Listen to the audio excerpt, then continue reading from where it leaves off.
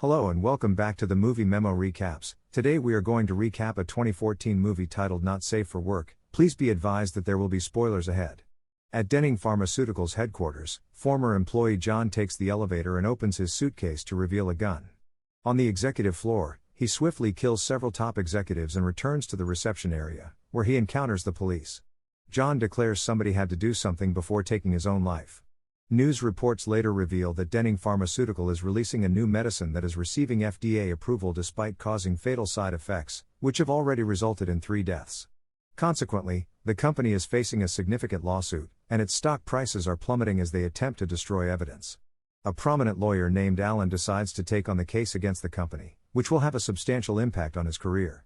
He assigns his legal assistant Tom to handle the paperwork and reminds him to update his keycard on Monday morning, as they are reset every weekend. Since John, their key witness, is now gone, Tom proposes adding heart attack victims to the pharmaceutical case, but Alan forbids it, stating that minor victims don't generate money. Tom is then summoned to another boss's office to discuss the Gambi's crime family case. Tom had sent a memo expressing his desire to join that case, but his boss destroys the memo and reprimands him for not focusing on his current cases. Tom then goes to the file room to store the file Alan rejected. His girlfriend and co-worker, Anna, visits him there, and they share a few secret kisses. A few hours later, Alan announces that since the servers have been down since the previous night, everyone can go home. Before Tom leaves, Alan tells him he made a careless mistake with the memo and fires him. Devastated, Tom decides to leave anyway, unaware of his next destination. While in the lift, he encounters another man carrying a briefcase. Upon moving outside, the man places the briefcase on the floor, which is picked up by another person who takes the elevator, arousing Tom's suspicion. After noting the floor the man went to, Tom tries to follow but finds his keycard has already been reset. He sees the stranger waiting outside and, feeling uneasy, asks the guard to reactivate the elevator. Upon reaching the office, Tom notices his co-worker Roger at his desk and asks him to open the door. Roger behaves strangely, and Tom notices the file he had put away is now on the desk. Growing more suspicious, Tom starts recording with his phone and hides it in a pencil holder. Continuing his investigation, Tom discovers the mysterious man tampering with the power box. A lawyer approaches the man, asking for ID, skeptical of his claim to be maintenance. When the lawyer attempts to call for confirmation, the man pulls out a gun and kills her. As the killer hides the body, Tom rushes to the bathroom and finds the security guard's body in a stall. Checking on the guard triggers the toilet sensor to flush, so Tom closes the door and climbs onto the toilet to hide. The killer enters, washes blood off his face while talking to the body, and mentions needing the keys. Tom sneaks into the next stall, just before the killer takes the keys, gun, and radio from the body. Trying to stay hidden, Tom climbs onto the toilet and almost triggers the flush again, but the killer activates his toilet first and doesn't hear Tom. The killer then destroys the radio, leaves to shut off the fire sprinkler, and installs explosives in the file room. Meanwhile, Tom rushes to the break room and finds Roger, informing him about the killer. They attempt to escape via the elevator, but it isn't working, so they run down the corridor to the emergency exit. However, the killer has already broken the bar, trapping them. They return to the main area and try to use the reception computer, but the internet is down. When Tom notices the killer approaching, they hide. The killer sees the computer has been used and gets suspicious.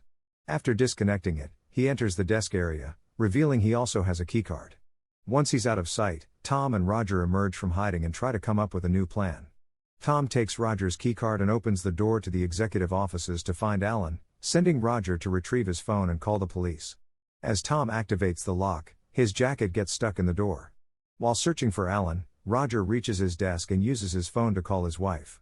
Before he can say anything important, the killer finds him and forces him to say everything is fine.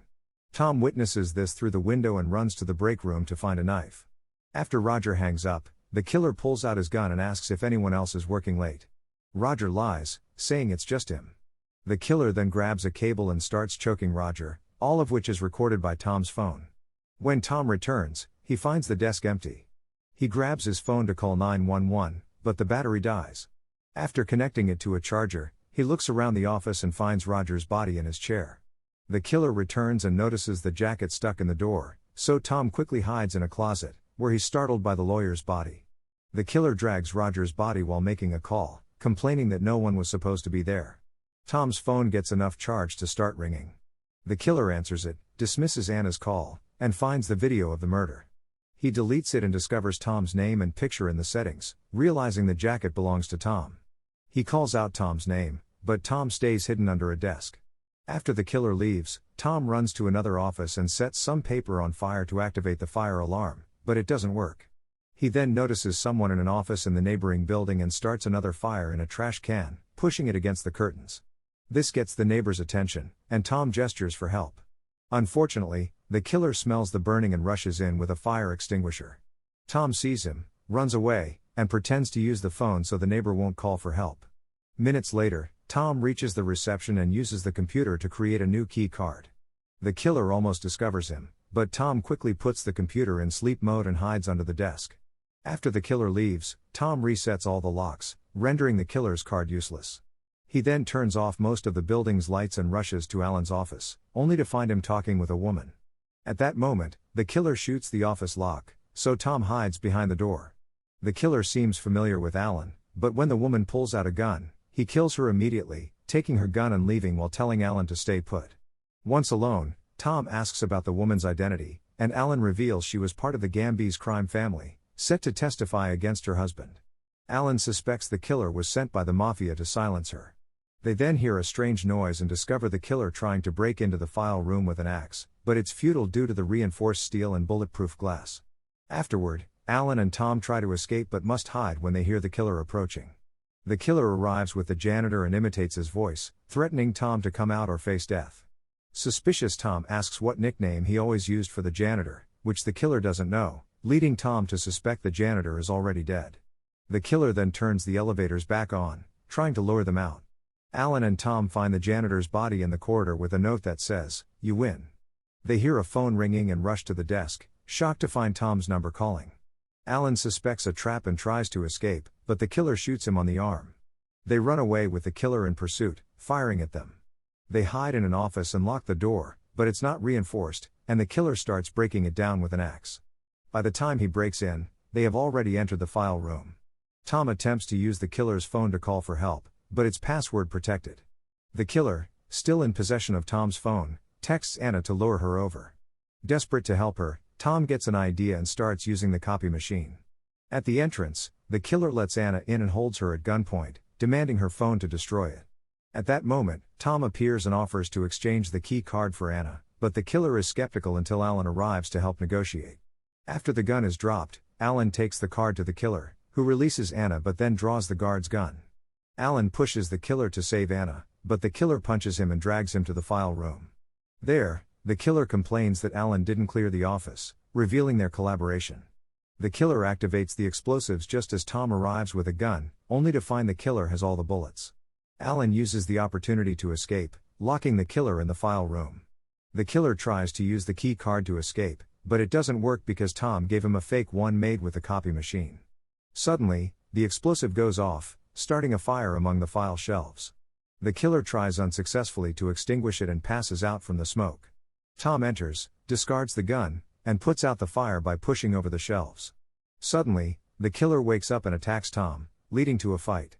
The killer quickly overpowers Tom, and Anna intervenes to help but is punched in the process.